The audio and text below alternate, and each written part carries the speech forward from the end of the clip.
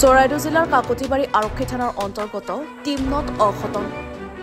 বিলত মাছ ধৰিবলৈ গৈ বিলত পৰি খলিল সমাধি পতি পত্নীৰ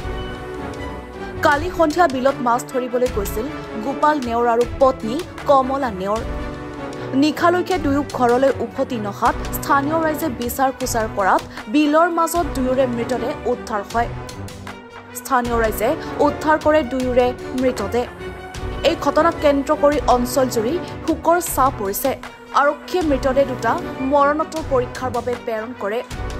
মানে প্ৰায় 4টা মান বজাত দুপৰীয়া 4টা মান বজাত ঘৰৰ পৰা মানে আঠুৱা লৈ আহিছিলে মাছ মাৰিবৰ কাৰণে কি হ'ল আপোনাৰ আমাৰ যোৱা বছৰৰ পৰা মানে বিলখনত বিভিন্ন জেগাত মানে গাঁত ডাঙৰ ডাঙৰ গাঁত খান্দি থৈছে বিলখনো পূৰ্ণাংগ ৰূপে খন্দা নহ'ল বিল পুখুৰীবোৰ নহ'লে তাৰপিছত কি হৈছে য'তে ত'তে গাঁত ডাঙৰ ডাঙৰ গাঁত চাগে তেওঁলোকে মাছ মাৰি যাওঁতে গম পোৱা নাছিলে তাত খাল আছে বুলি যাওঁতে পটককৈ সোমাই গ'ল এজনে আনজনীক বচাওঁতে মানে কি হ'ল দুজনে মানে ঢুকাই থাকিল আমি গম পোৱা নাছিলোঁ পটককৈ গাঁৱত কি হ'ল 4টা বজাত অহা মানুহ এতিয়ালৈকে উভতি যোৱা নাই বুলি প্ৰায় আপোনাৰ ৰাতি 6-7টা বজাত মানে বিচাৰ খোচাৰ কৰোঁতে কাপোৰবোৰ দিলত পালে মানে ওপৰত পালে কিন্তু মানুহ পোৱা নাছিলোঁ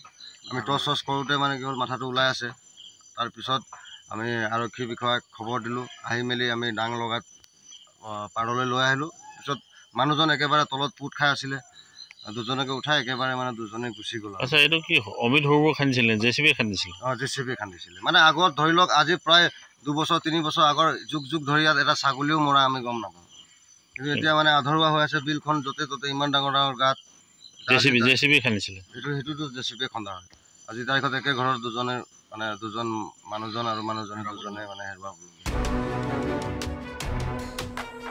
চৰাইদেউৰ পৰা পৰিস্মিতা ফুকনৰ ৰিপৰ্ট এনিফাৰো 24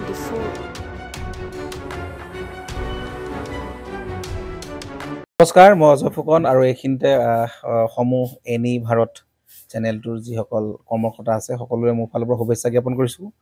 অসমৰ আচলতে সংবাদ জগতত নতুনকৈ আচলতে এটি আত্মপ্ৰকাশ ঘটিছে আমাৰ নিউজ চেনেল এনি ভাৰত আৰু এনি ভাৰতৰ এটা খুব ধুনীয়া এটা অনুষ্ঠান হ'বলৈ গৈ আছে সকলোৱে জানে আমাৰ সকলোৰে মৰমৰ হাৰ্টথ্ৰব জুবিন গাৰ্গৰ গানে কি আনে আচলতে জুবিনদাৰ সেই গীতৰ আধাৰত আমাৰ হিৰুদাই লিখা সেই গীতটি গানে কি আনে এই গানে কি আনে নামৰ এটি তেওঁলোকে সাংগীতিক ৰিয়েলিটি শ্ব' কৰিবলৈ গৈ আছে আৰু 15 আগষ্টৰ পৰা গোটেই আৰম্ভ হ'ব প্ৰথম অডিশ্যন অসমৰ ধেমাজি জিলাত আৰম্ভ কৰিব গতিকে সমূহ যিসকল প্ৰতিভা আছে যিসকলে গান ভাল পায় যিসকলে তেওঁলোকৰ নিজৰ প্ৰতিভা আচলতে দেখুৱাব বিচাৰে এই ৰিয়েলিটি শ্ব'ত গানে কি আনে এই প্ৰতিযোগিতাত অংশগ্ৰহণ কৰক আৰু খুব ধুনীয়া আপোনালোকে সুবৰ্ণ সুযোগ লাভ কৰিব লগতে ইয়াতে পুৰস্কাৰ আছেই বিভিন্ন ধৰণৰ উপহাৰো আপোনালোকে লাভ কৰিব আৰু লগতে এগৰাকী প্ৰতিষ্ঠিত আচলতে এগৰাকী শিল্পী হিচাপে অসমৰ সাংস্কৃতিক জগতত আপোনালোক প্ৰতিষ্ঠা লাভ কৰিব